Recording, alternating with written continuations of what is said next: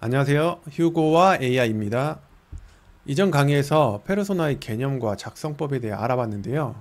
실제 페르소나를 작성할 때 AI를 사용해서 작성합니다. 사용자가 원하는 페르소나가 있으면 이렇게 AI에 입력해서 원하는 페르소나를 작성합니다. 그러려면 페르소나를 작성해주는 AI의 프롬프트가 필요하잖아요. 그래서 이 프롬프트를 만들어서 범용으로 쓰려고 합니다. AI에 입력해서 범용 프롬프트를 작성합니다. 그런데 이 과정에서 사용자가 직접 입력해야 하는 프롬프트가 생깁니다. 제가 직접 프롬프트를 작성하다 보니 제가 페르소나에서 능력치를 정의할 때 거의 모든 프롬프트에 쓰는 문장이 있더라고요. 이 문장을 23년도에 해외 커뮤니티의 해커톤 우승자 프롬프트에서 발췌했는데 그 이후로 계속 쓰고 있거든요. 여러분도 사용해 보시라고 준비된 강의를 미루고 급하게 녹화하고 있습니다. 지금 보시는 표는 동일한 모델로 실험한 비교 분석 표입니다. 프롬프트 1, 프롬프트 2는 한 문장의 유무를 빼고는 완전히 동일합니다. 수치를 비교해 보면 프롬프트에서 핵심 문장 한 줄이 AI 출력에 얼마나 큰 영향을 주는지 잘 보여주고 있습니다. 우선 핵심 문장이 없는 프롬프트 2를 먼저 살펴보겠습니다.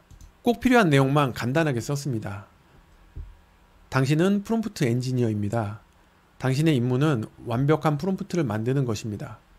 최신의 프롬프트 기법을 사용하고 AI가 최대한의 잠재력을 끌어낼 수 있는 단어들을 사용해야 합니다.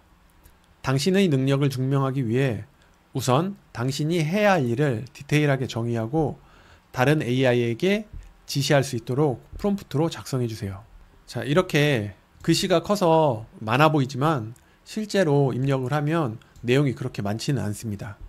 결과를 살펴보면 진행 과정은 제가 프롬프트에 작성한 대로 프롬프트 엔지니어의 임무를 정의하고 그에 맞게 프롬프트를 작성합니다. 이것도 완성도가 매우 높은 프롬프트입니다. 그리고 이번에는 핵심 문장을 추가합니다. 별것 아니라고 생각할 수 있지만 이 문장 하나로 AI 출력은 완전히 달라집니다. 실제 입력을 한번 보겠습니다. 자, 이 부분에 핵심 문장을 넣었습니다.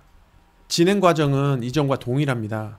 프롬프트 엔지니어의 임무를 정의하고 그 정의에 따라서 프롬프트를 작성합니다. 하지만 구조나 내용이 좀 더 심도 있게 바뀌어 있습니다. 자, 그러면 이 두 프롬프트에 어떤 차이가 있는지 한번 살펴보겠습니다. 프롬프트 1, 프롬프트 2.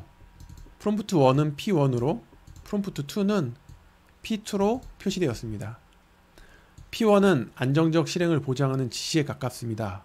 반면 P2는 AI의 추론 능력을 신뢰하고 더 높은 잠재력을 끌어내는 위임 방식으로 더 발전된 형태입니다. P2의 접근법이 현대 AI의 성능을 극대화하는 데 적합합니다. P2의 아웃풋 템플릿은 AI가 따라야 할 결과물의 청사진을 완벽하게 구정하여 일관성과 예측 가능성을 강제하는 강력한 도구입니다. 자, 세 번째, 컨텍스트. P2는 단순 맥락을 넘어 피해야 할 예시까지 명시적으로 요구합니다. 이는 AI의 오류율을 극적으로 줄이는 한 단계 더 깊은 컨텍스트 제어 기반입니다. 자, 페르소나. P1이 역할을 부여한다면 P2는 가치관 관점까지 포함하는 입체적 정체성을 조각하라고 요구하여 훨씬 전문적인 결과를 유도합니다. 제약 조건. P2의 창의적 제약 개념은 제약을 단순히 오류 방지 수단이 아닌 창의성을 자극하는 도구로 활용하는 최상위 기법입니다. 형식 지정. P2의 엄격한 형식 지정은 단순 외형 제어가 아닙니다. 이는 AI의 사고 과정을 체계적으로 안내하여 내용의 완결성을 높이는 핵심적인 성능 향상 요소입니다. P2는 결과물 생성을 넘어 자기 평가 기준을 통해 AI에게 메타 인지를 부여합니다. 스스로 결과물을 검증하고 개선하게 만드는 최상위 목표 설정입니다. 프롬프트 1도 여전히 매우 잘 만들어진 실용적인 지시서입니다. 명확한 목표와 핵심 원칙을 제시하여 안정적인 결과를 만들어내는 데 효과적입니다. 하지만 AI의 능력을 최대한 활용하기 위한 고급 제어 장치는 부족합니다. 프롬프트 2, 완벽한 AI 제어 시스템 아키텍처에 가깝습니다.